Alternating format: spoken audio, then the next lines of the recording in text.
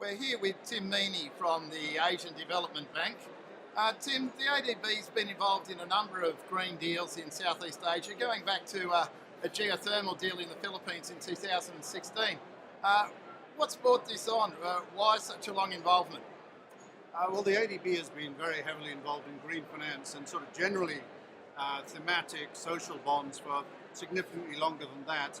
The Tiwi Macban transaction to which you refer, we provided credit enhancement to the bond, and that was a landmark because it was a single infrastructure project and it was a peso denominated bond, so quite unique in the region at that time. And I think it exemplifies the fact that ADB is trying to provide a bond solution, whether it's a sovereign, whether it's banks, whether it's corporates, or whether it's a single borrower entity, such as in this case a geothermal project. And we see the transition of green loans to green bonds as being very much a way of the future. And Tim, we've also seen the development of the ASEAN Green Bond Guidelines and their widespread adoption, and a lot more emphasis on aligning green infrastructure investment with both environmental and national development goals. What's your view from the bank perspective of where this agenda is likely to go? There's a very clear agenda from ADB in terms of its commitment to this program.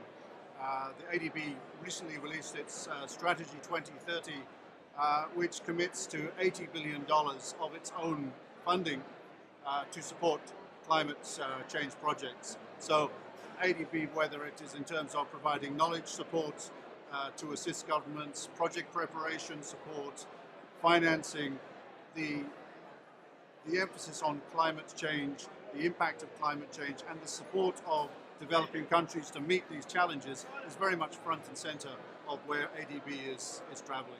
And as I say, that was very much emphasized in the new strategy that was recently launched. And lastly, Tim, you're here at the Climate Bonds Annual Conference in London.